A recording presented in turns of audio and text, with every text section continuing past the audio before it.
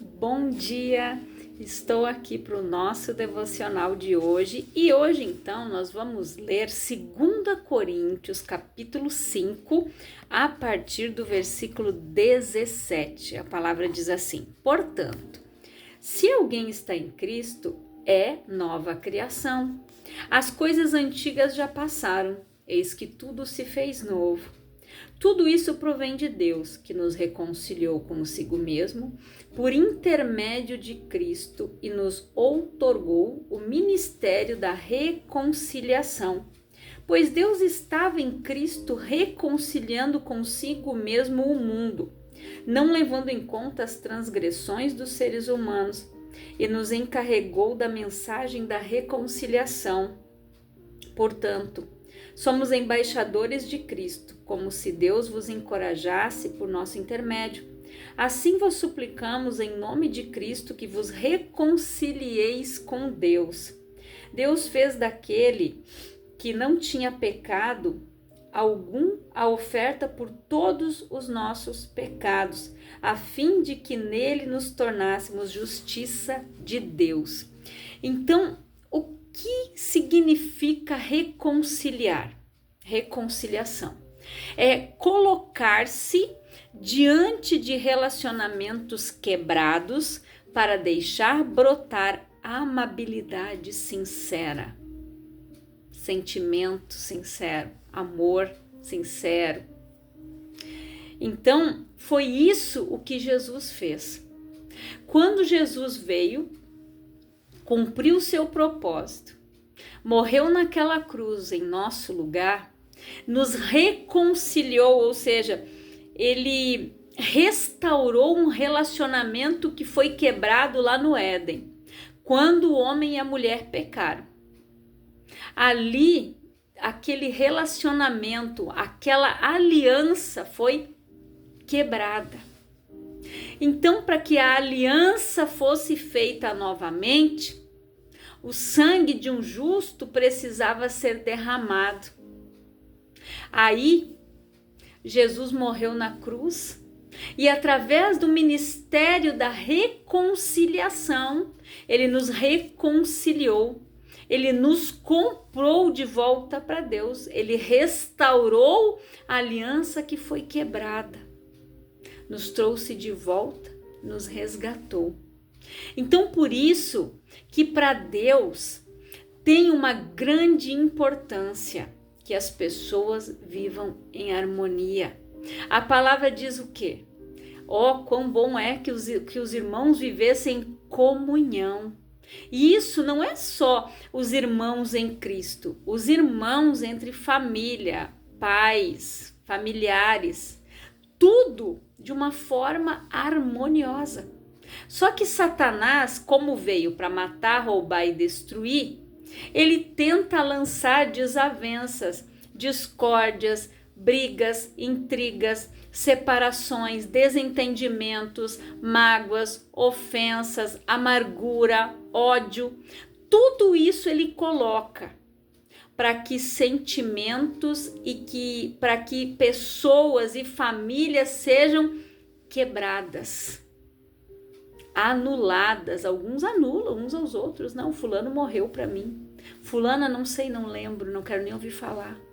E é algo muito triste isso, porque Jesus, ele nos deu esse ministério de reconciliação, e através da nossa vida ele espera que nós venhamos fazer com que as pessoas se reconciliem com Deus primeiramente e depois com os outros, né? Então a gente precisa compreender que a reconciliação, ela cura as feridas da alma. E Jesus, ele via o trabalho da sua vida como a reconciliação da humanidade com Deus. Por quê? Porque quando nós nos reconciliamos com Deus, nós abandonamos o pecado, nós confessamos, abandonamos, nós nos arrependemos, nós confessamos, arrependemos e abandonamos. Aí, isso é restaurado novamente. A aliança que foi quebrada através do pecado, ela é restaurada novamente.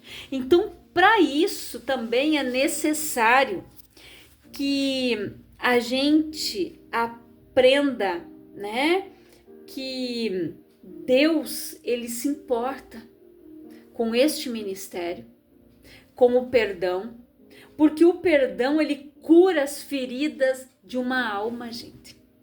Ele resgata, ele restaura, ele traz vida, ele traz alegria de volta.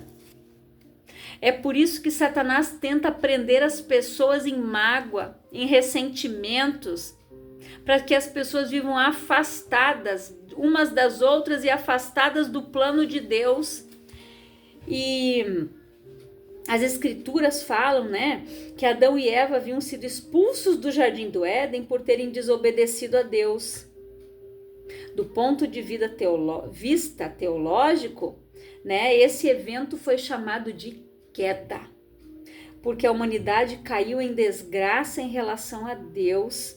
A missão de Jesus era mostrar-nos o caminho de casa, nos levar de volta, nos comprou de volta, ele pagou um preço muito alto. Quando a gente pensa na palavra queda,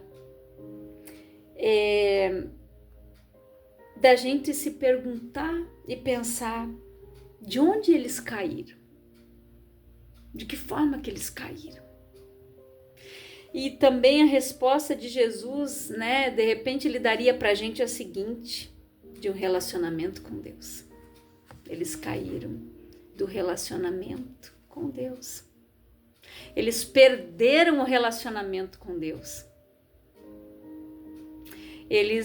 Aquilo foi quebrado, aquilo foi roubado deles, quando eles cederam ao pecado. Eles perderam a intimidade que eles tinham com o Senhor, e o Senhor descia todos os dias na viração do dia para conversar com Adão e Eva. Você já pensou nisso? Você já imaginou assim, ó, aquele lugar lindo, perfeito, porque tudo que Deus faz é perfeito, com toda espécie de frutos para comer, os animais ali, aquele lugar harmonioso, e Deus chegando todos os dias para conversar, para ter relacionamento com o homem. Então, por isso que Deus nos mostra o que é a importância de ter um bom relacionamento com o nosso cônjuge, com os nossos filhos, com as pessoas que estão ao nosso redor, com as pessoas do nosso trabalho, da nossa empresa. É necessário ter um bom relacionamento com os nossos vizinhos, com todos. E o que a humanidade perdeu no Jardim do Éden foi o relacionamento íntimo com Deus. Jesus viu a si mesmo como a ponte entre Deus e a humanidade. Essa foi a nossa redenção, o nosso relacionamento restaurado com Deus. Eu acredito que a vida seria melhor se pensássemos com mais frequência que a nossa salvação consiste em restabelecer os relacionamentos rompidos. É algo muito sério. Quando um relacionamento se rompe, a maioria das pessoas se preocupa em descobrir quem está errado. Quando somos feridos, procuramos logo o culpado, querendo que pague por isso. Jesus, por outro lado, achava que as coisas poderiam ser reparadas a partir do que damos aos outros e não do que recebemos deles como forma de pagamento. Nós nos salvamos restaurando os relacionamentos. E geralmente acontece isso. Quando um casamento está entrando na fase do divórcio, eles acham um culpado. Não, a culpa foi dela porque ela não me entendia. Não, a culpa foi dele porque ele não me compreendia. Não, a pessoa acha um culpado. Mas quando falha, quando é um relacionamento entre homem e mulher, amizades, a culpa é de ambos. Porque nós somos seres humanos e nós não somos perfeitos, nós temos falhas. Então nós não podemos exigir perfeição de ninguém. Muitas vezes o erro é que pessoas elas oram: ai, Senhor, muda o meu marido em tal lugar, muda minha esposa porque eu não gosto disso nela. Só que a verdade é que a mudança começa primeiro na gente. Quando a gente consegue olhar para nós mesmos, enxergar as nossas falhas, quando a gente consegue enxergar os nossos defeitos, e a gente coloca diante de Deus e diz: Senhor, eu preciso ser menos crítico, eu preciso ser menos chata, eu preciso ser menos de apontar o dedo, eu preciso mudar, porque eu tenho o hábito de julgar e condenar. Senhor, eu preciso. Quando nós fazemos isso, automaticamente a gente pede, clama aos céus, reconhecendo as nossas fraquezas, reconhecendo onde nós precisamos mudar, e Deus automaticamente, quando a gente pede esse socorro, Ele nos ajuda a mudar isso, e automaticamente Deus resolve aquele defeitinho lá no outro, que só estava esperando a tua mudança para que, ele fosse mudado também. Eu lembro que um dia eu fiz uma reunião, quando eu ainda, quando eu ainda era da Igreja da Graça, eu fiz uma reunião numa quarta-feira, que era o culto da família, na parte da manhã. E eu não sabia da história daquela irmã, depois ela veio contar o testemunho ali. E no dia que eu preguei, o Espírito Santo havia me dado uma palavra e junto esse entendimento que eu falei aqui. Você quer que o outro mude, mas a mudança precisa começar em você. Aquela irmã, ela fumava e ela tinha um filho que fumava também. E ela queria que o filho parasse de fumar, mas ela continuava fumando. Quando ela ouviu aquela palavra, ela disse: Jesus, eu quero que o meu filho pare de fumar, mas eu não parei. Ela disse que quando ela saiu da igreja, ela saiu decidida. Ela largou o cigarro. Aí automaticamente o filho parou de fumar. Ela deu esse testemunho. Por quê? Porque ela compreendeu: como que eu quero que o meu filho pare de fumar se eu estou dando um mau exemplo fumando também? Então é isso que a gente precisa mudar hábitos na nossa vida, mudar o nosso pensamento, mudar as nossas atitudes para que o outro mude também. Só que é difícil a pessoa reconhecer suas falhas, seus defeitos, sua fraqueza e colocar diante de Deus e dizer: Senhor, eu preciso ser moldado. Quando Deus levou Jeremias até aquela olaria, não foi por acaso. Ele disse: olha como o oleiro desce aquela olaria lá, Jeremias. O Jeremias foi. E ele observava a forma que o oleiro trabalhava naquele barro. Quando ele via que o vaso não estava perfeito, não estava bom como ele queria, ele desmanchava e começava tudo de novo. Aí ele disse: Jeremias, filho do homem, isso eu vou fazer com o povo de Israel, até que eles se moldem, nos mostrando que nós somos barro e que nós precisamos ser maleáveis. De que forma nós somos maleáveis? Quando nós ouvimos a voz do Senhor, quando nós temos a sensibilidade de ouvir a voz do Espírito, nós somos sensíveis e vamos sendo moldados. Quando nós ouvimos uma palavra, porque a fé vem pelo ouvir e ouvir pela palavra de Deus, quando a gente ouve uma palavra e a gente se examina e diz: Senhor, tira de mim isso se ainda tem na minha vida. Aí sim, a olaria, o moleiro está moldando o barro.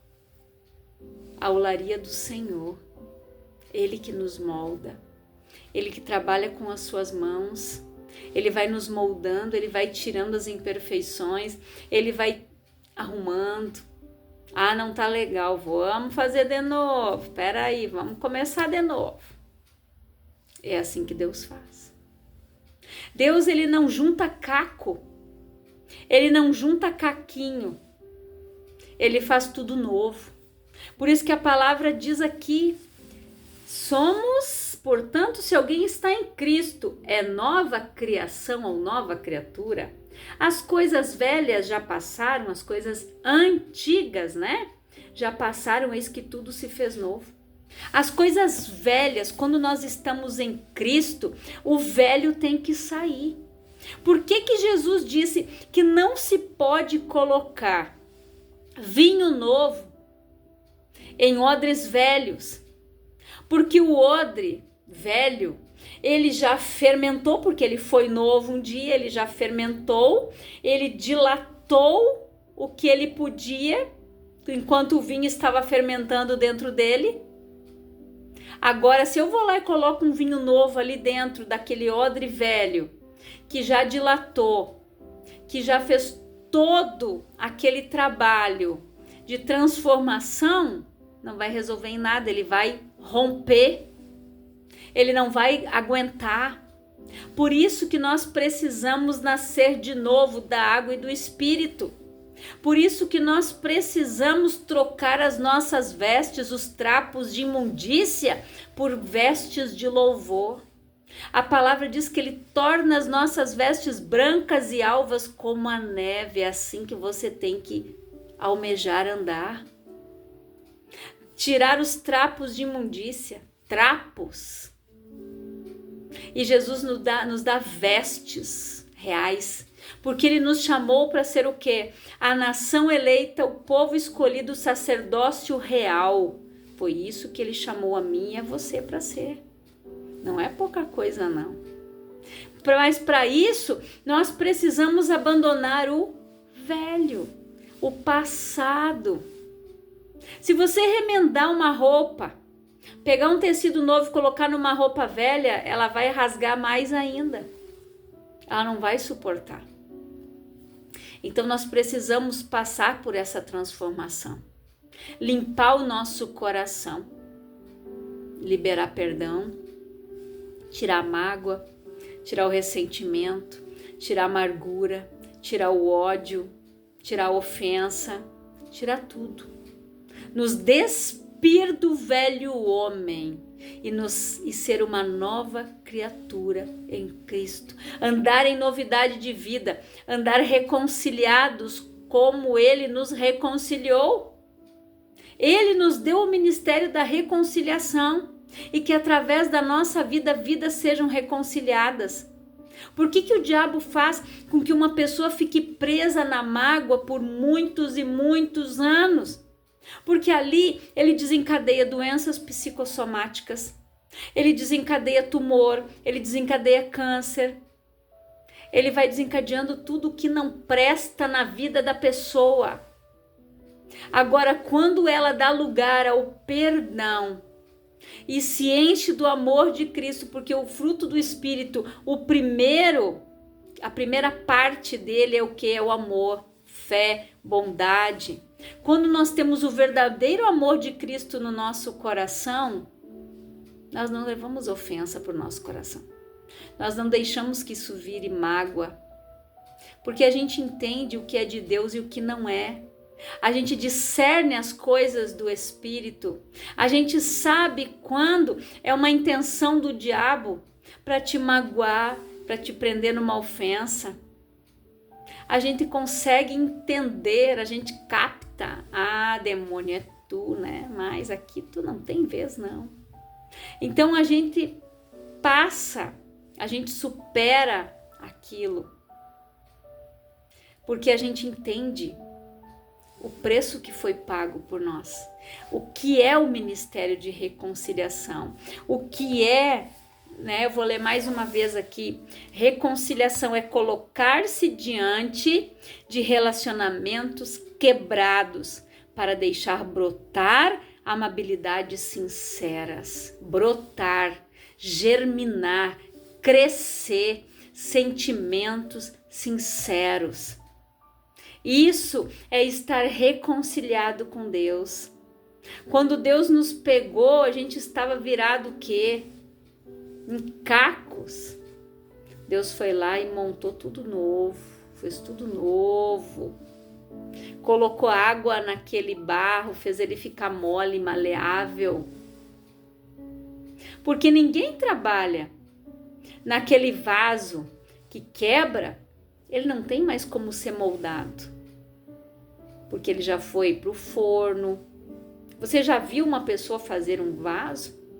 Ele molda, depois ele coloca aquele vaso de barro, de argila, num forno para que ela seque.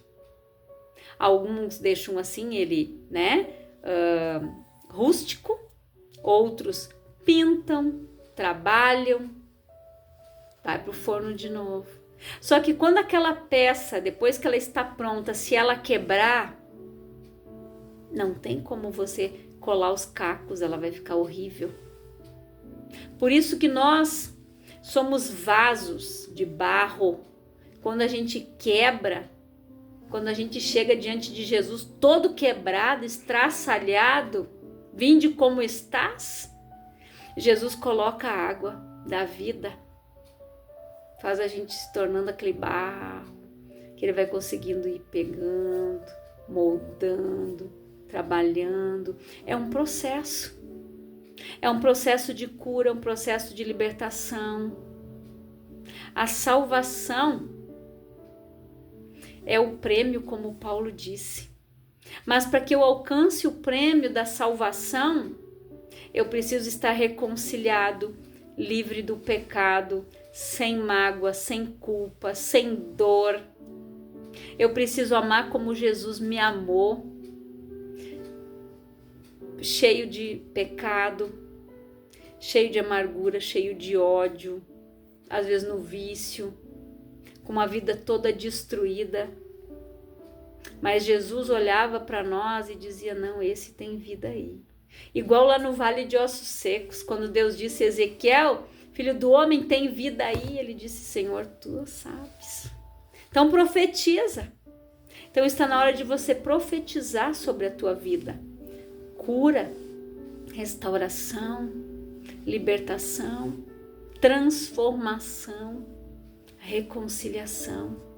Se reconcilie com o Pai, se reconcilie com você mesmo. Libere perdão e você vai ver a cura que vai acontecer na tua vida, a restauração que Deus vai fazer na tua casa, a obra linda que Deus vai fazer na tua vida, na tua família. Porque ninguém prospera de mal com os outros. Às vezes, tem pessoas que não prosperam na sua vida financeira, sabe por quê? Porque não se dão com o pai e a mãe. Gerou, no decorrer da sua caminhada, uma mágoa. Filho que saiu de casa com ódio do pai. Aquele que saiu magoado com a mãe. Aquele que a mãe não teve condições de cuidar, deu para adoção para que tivesse uma vida melhor do que a dela, mas ele não consegue entender isso, ele não consegue perdoar ela porque ela o abandonou. Mas a palavra diz que pode uma mãe esquecer do seu filho que amamenta, mas o Senhor não esquece de nós. Então, se reconcilie com Deus. Ele é o teu verdadeiro Pai. A palavra diz aqui, portanto, somos embaixadores de Cristo. Como se Deus vos encorajasse por nosso intermédio, assim vos suplicamos em nome de Cristo que vos reconcilieis com Deus. Pois Deus, ali no versículo 19, pois Deus estava com Cristo reconciliando consigo mesmo o mundo, não levando em conta as transgressões dos seres humanos, e nos encarregou da mensagem da reconciliação. Isso aqui é muito forte, gente. Deus reconciliou o mundo consigo juntamente com Jesus. Ou você acha que Deus ficou lá olhando, aplaudindo, curtindo aquilo que o filho estava vivendo? Não. Deus estava sofrendo junto. Deus estava vivendo junto, reconciliando o mundo do pecado, comprando de volta, dando uma oportunidade, dando uma nova chance, nos dando uma nova vida, nos dando a chance de ser salvos, de viver eternamente ao lado do Senhor.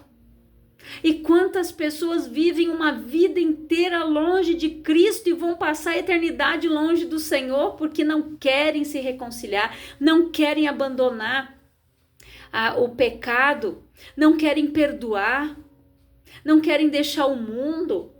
Mas Deus estava junto com Cristo, estava em Cristo. Eu e o Pai somos um. Foi o que Jesus falou. Deus estava em Cristo, reconciliando consigo mesmo o mundo. Não levando em conta as transgressões, ele não levou em conta. Ele se preocupou comigo e com você. Eu vou salvar, eu vou resgatar, eu vou reconciliar, vou dar uma nova chance. Se Deus nos dá uma nova oportunidade, uma nova chance, porque quem somos nós para dizer para alguém, eu não te perdoo?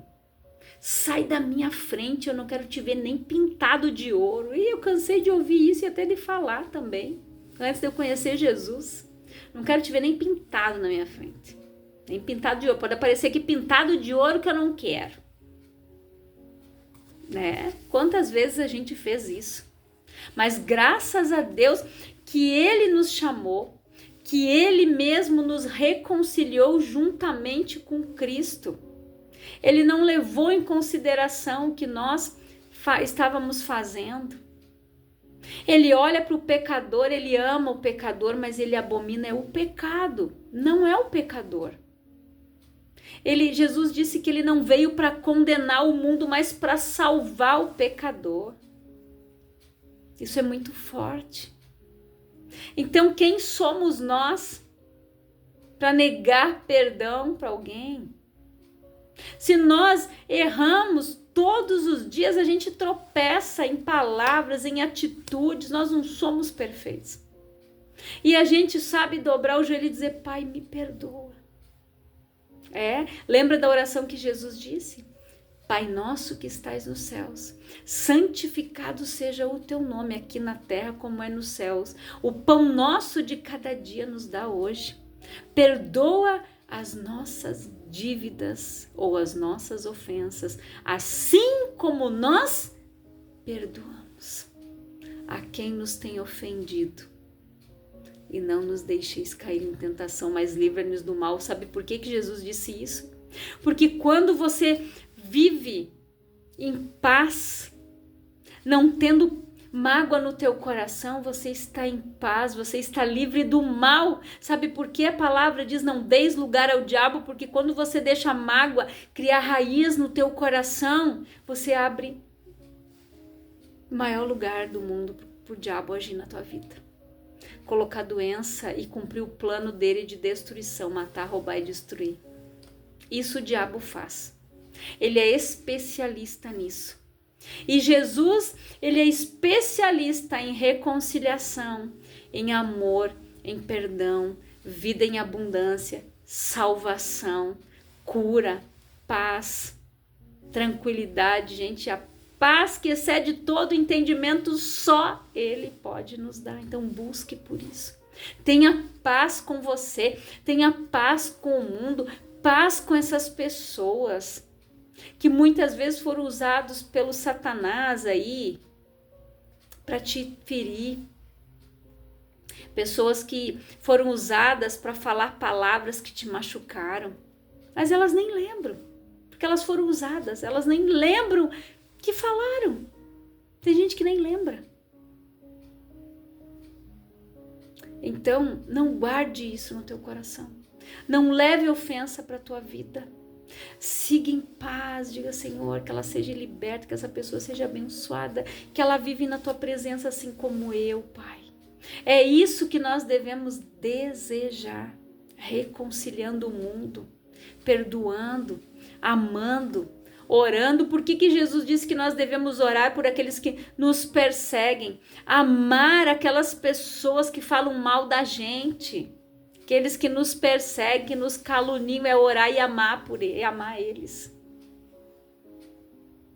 Porque eles são usados por Satanás. Vivem escravas na mão do diabo fazendo isso.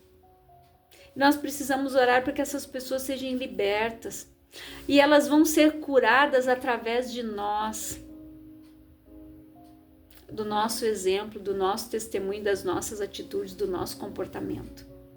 Eu quero que você reflita nesta palavra, que você medite nela, que você leia, que você releia, e que o Espírito Santo de Deus venha ministrar fortemente ao teu coração.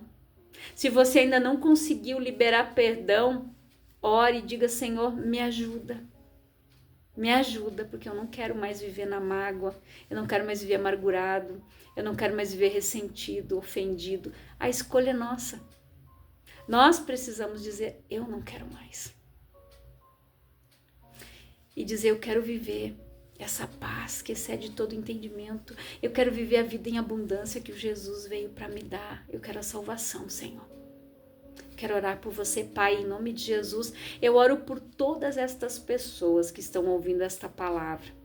Que elas sejam abençoadas, livres, libertas, que elas liberem perdão, que elas sejam livres dessas amarras das trevas, que elas venham para a luz, que haja um despertar, Pai, na vida delas quando elas ouvirem esta palavra, que o Espírito Santo convença esta pessoa da justiça, do juízo e do pecado, que ela se reconcilie contigo, que ela se reconcilie com as pessoas que ela tem se desentendido, com as pessoas que ela afastou do seu convívio, que ela disse: esse eu não quero ver nem pintado na minha frente, essa aqui eu não quero nem saber notícia dela. Que o Senhor esteja trabalhando nestas vidas, Pai, reconciliando esses corações, Senhor, em nome de Jesus, que eles tenham paz, que eles vivam em harmonia, que eles vivam, Pai, alianças abençoadas,